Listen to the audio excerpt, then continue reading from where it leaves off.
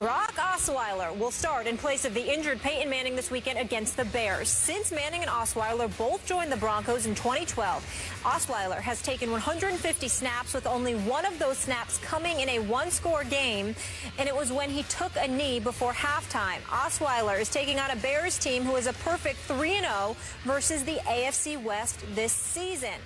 Stephen A., can Osweiler right the ship for this Chicago squad? I don't know if he can right the ship for Denver, but I can tell you this. Yes, Denver, excuse me. I don't think he'll have to. The fact is that with Aqib Talib coming back with that secondary and that defense going up against Jay Cutler, I expect them to rattle Jay Cutler and to beat Jay Cutler. Osweiler just has to make sure he doesn't lose the game for them. According to the numbers that I saw, and since he's been in the NFL, he only threw like 30 passes. Threw like 2 touchdowns, one last year, one this year, just last week against Kansas City, and completing 14 of 24 passes. I don't expect him to knock anybody's socks off. I will tell you this. Chicago can beat this team if Denver's running game continues to be what it's been. Ranks 29th in the NFL. C.J. Anderson and Ronnie Hillman really have to get it going. They've got to figure out a way to get their running attack going, certainly in this game, to take some of the pressure off of Brock Osweiler. But I will tell you that I expect this defense to get the better of Jay Cutler so long as they're put in a position where they could potentially win this game. If Brock Osweiler sticks up the joint, and they can't run the football either, like they haven't been able to for most of the season, then Chicago can win this game. But I'm going to bet on Denver that Osweiler, a young guy that appears to have some promise, although I haven't seen him. I really don't know what he can do yet. It'll be interesting to see what he does. I'm going to think that the Denver Broncos are going to run the football relatively effectively this week, that others will get involved and they'll be respectable, and that the defense will score at least one touchdown for them.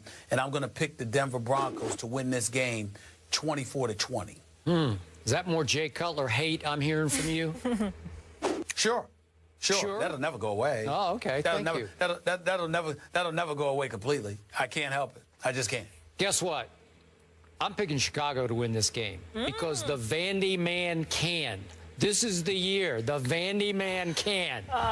Watch what happens. Jay Cutler, I don't know if you all have noticed. What? He is having his best year as a pro this year. And by the way, his new head coach used to coach the Broncos, and his new offensive coordinator, who has turned his life and career around, used to OC the Broncos. Interesting. Jay Cutler was drafted by the Broncos. Oh, this is the first time Jay's ever played against the team for which he first played. Interesting. I kind of like this at Chicago against Brock Osweiler. How much pressure is on this poor kid?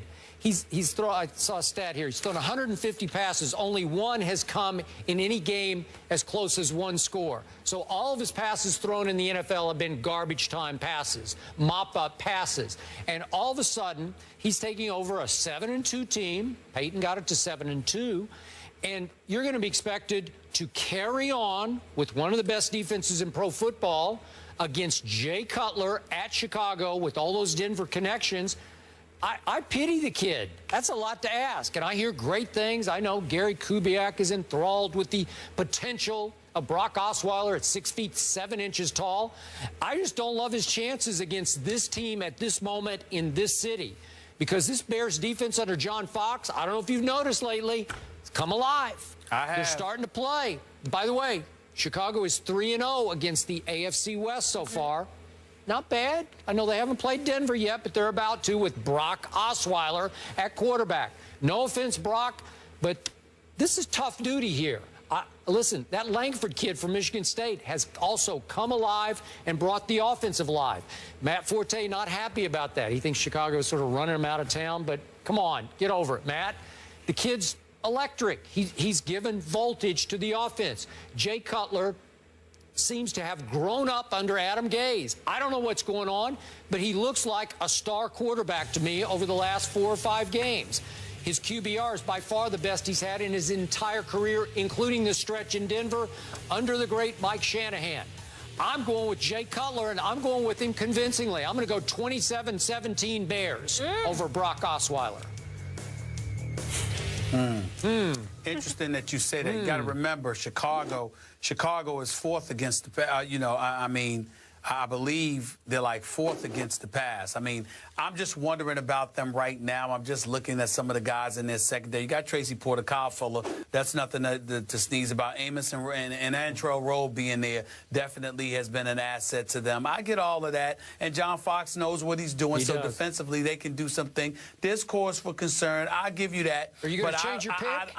I think you're changing on me. Because, no, not at all. Because I'm looking at it from the perspective, Skip, that I think that when you look at Aqib Talib and Chris Harris and those boys, and that secondary in Denver, they're good. Plus their ability to get to the quarterback with Von Miller scheduled to be stalking Jay Cutler, I really believe in my heart of hearts that they can do some things defensively to really rattle Jay Cutler. We'll see what happens, but I don't blame you for going with yours. I'm going to stick with mine, though. I think Denver's defense is going to save the day for them against Jay Cutler. I refuse to pick Jay Cutler to win a game like this. I know it can happen, but it just ain't in me to do it, man. It ain't in me to do it.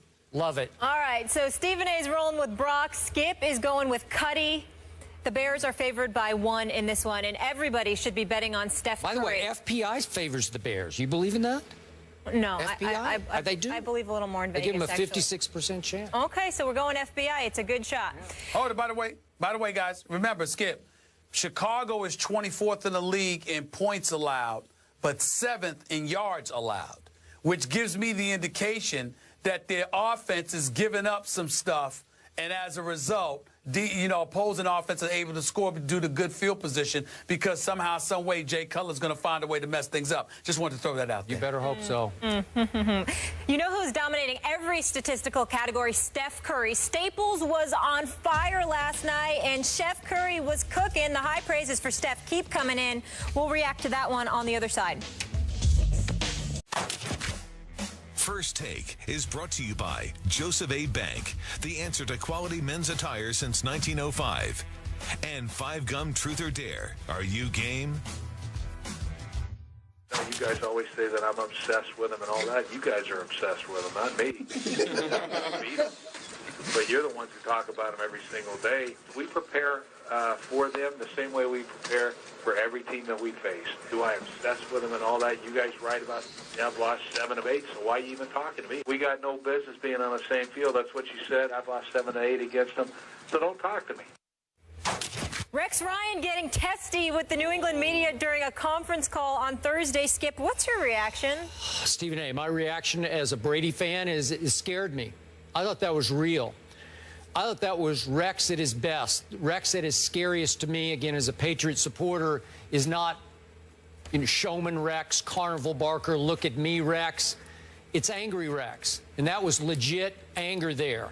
And I'm going to tell you, I'll preface what's going to happen Monday night in Foxborough by telling you the scariest game to me left on the schedule is not at Denver, it's not at Jets, it's not even at Dolphins, that last game.